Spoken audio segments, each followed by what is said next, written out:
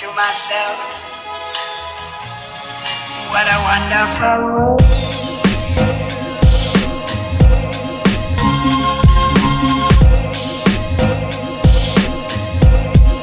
What a wonderful world.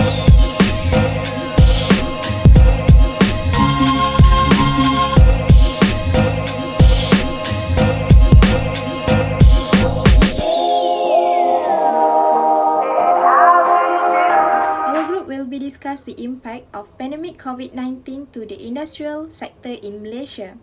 Workplace cluster involving the manufacturing sector have been identified as the highest contributors to the increment in COVID-19 cases. 150 out of 446 total cluster recorded. Health Minister Datuk Seri Dr. Adham Bahbar said that out of 157 cluster, 38,849 cases were detected. This obviously will affect the economy and income of the employee. All member of group collecting data at their respective residential area, me at Kuala Lumpur, Amirul at Manjung, Syahmi at Hulu Selangor, Farouk at Klang and Syamimi at Miri Sarawak. Based on our survey analysis, 39 from 50 respondents are in the age of 18 to 25 years old. One respondent is in the age of 34 to 40 years old. Meanwhile, 7 respondents are in the age of 26 to 33 years old, and the other 3 respondents are in the age of 40 years above. Next, I'll go through for our second data, which is estimate of their average income. The bar chart shows the estimate income for every respondent. 37 respondents state that they have estimate income less than 2,500 monthly, and 7 respondents choose 2,501 to 3,163 as their estimate income. Then, 5 of the respondents state that their estimate income is 3,170 to 3,969, and the list of respondents amounting a person state his estimate income is 3,970 to 4,849. We firstly go to our respondents' gender data. From 50 respondents, 64% or 32% are men. Meanwhile, the other 36% of our respondents, or in a total of 18%, are female. Next, we go through to our fourth data, which is the data of whether our respondents' income get affected by COVID-19 or not. Based on this bar chart, you can see 60% of our respondents do get affected by COVID-19. This is because during COVID-19 pandemic, company's activities are limited due to standard operational procedure that have been made by our government to minimize COVID-19 spread. Due to this situation, lots of companies having a hard time economically and need to make sure they survive. One of ways to survive is by deducting their employees' wages. Meanwhile, there are 20 respondents who do not get affected economically by COVID-19. Respondents who did not get affected economically by COVID-19 basically work at a place that can handle this situation. As their company can handle this kind of situation, so their company did not need to deduct or affect any of their employees' wages. So, we move to about the company that follow SOP, Standard Operating Procedure. Okay, now we look to the chart. According to the chart, we can see about 45 people say that their company follow the SOP. Meanwhile, as you can see the orange line box, there are only 2 people said their company did not follow the SOP, and the grey line box show there are 3 people don't know that follow or not. SOP, Standard Operating Procedure, during the COVID-19 pandemic is a very important thing to take serious about it. With the SOP, the rate of COVID-19 virus infection can be reduced and the atmosphere of the industry area is under control. Therefore, SOP is very important to control the operation of the factory in the industrial area. Next, is COVID-19 affect the production rate?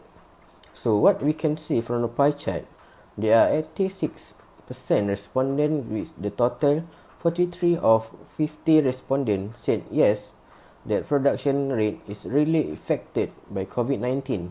Meanwhile, there are 14% respondents, which are 7 from 50 respondents said no. This is because barriers to export and import of goods were blocked at the time of the pandemic COVID-19. Factories need to reduce their production rate so that there are no dumping of stock of goods and all production costs, raw material can be reduced. Hello everyone, take a look at the pie chart. It indicates whether or not respondents' raw material costs increase. According to the pie chart, 83% of 41 of 50 of respondents said their company's raw material costs have grown as a result. It is mostly due to increased demand that the cost of raw materials tends to rise, hence increasing the company's operational costs. Meanwhile, the remaining 9 respondents said that their raw material costs had not changed. Next, we question the society if the COVID-19 pandemic persists. Does their workplace has other initiatives in place to keep employees safe? We received a variety of responses from 50 respondents based on the question. However, we have concluded that practically all of them answer yes, indicating that their firm have other initiatives. This is due to the fact that we can see that most Malaysian companies have ventured into the field of digitalization as a strategy to ensure that their businesses survive while creating greater revenues. As a result, the company is not required to lay off employees on the grounds that it does not have enough profit to pay employees' wages, while some respondents say no and not sure about their company's initiatives. Most likely, this is because their company is just getting started or just a small one. So, based on data B, it is proven that each company must have its own way to handle their employees who get infected by COVID-19. 80% of respondents answer are quarantined and following the government's standard operating procedure. This is because most companies do not want to incur high losses and risk continuously, so they take early steps to prevent this COVID-19 infection from spreading further. For the data C, if they are given an opportunities to propose a proposal to government, what proposal that they will submit to them to help industrial companies in Malaysia? Most of the respondents want the government to promote our domestic product more to other countries. Furthermore, respondents want the government to control the price of raw materials. It is because during the pandemic, everyone are having their hard time to survive. So, with the help of the government, traders and manufacturers are able to increase their sales revenue and are able to help their employees. If the price of one item is increased, of course, the price of other item will also increase. With this price increasement, it will be more difficult for the people to survive. In conclusion, the government needs to pay attention to the decaying condition of the people as a result of this COVID-19 epidemic. In the meantime, the people also need to play their part well. A tolerant and considerate attitude should be present in them, so that they are not only selfish but care towards all citizens. Based on this study, we can see that on average Malaysians are experiencing a relatively bad economic downturn. This is because with employments and financial factors limiting them to spend as before. Respondents also agreed that due to the outbreak, many manufacturing sectors are experiencing current problems such as rising raw material prices and shortage of deck workers due to the outbreak. Therefore, most firms in Malaysia comply with the set SOPs. Firms also need to play a role because the firms need to look after the welfare of their employees.